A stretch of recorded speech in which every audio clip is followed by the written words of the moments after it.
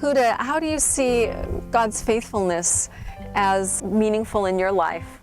Can you give us some examples? Yes, Cynthia, I have something to say.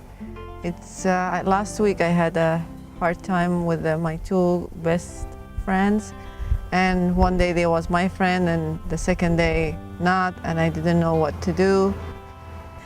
And but in God's faith, I know that God always is there, and He forgive if I've had any mistakes or I did anything wrong, and He will never leave me, and I know He's my best friend. That reminds me of another one of the promises of God that relate to His faithfulness, and this is one of my favorites.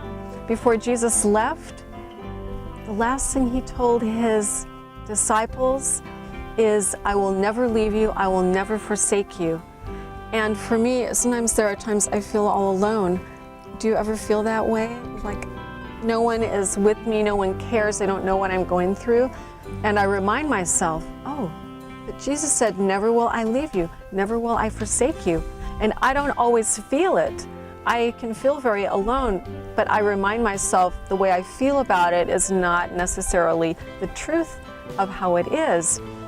And friends, when we're here in nature and we see the flowers coming back every year, and we see the sun rising every day, and we see the beauty, and we know God is all around us, we see the bees and hear the birds, there's faithfulness.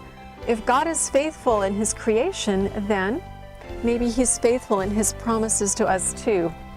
Maybe He's always with us. And you know what? I believe He is. If we take that time to sit, maybe we want to just like go to an orchard and go to the flowers or run in the meadow and see it. If we remind ourselves of His presence, I think we would always be happy.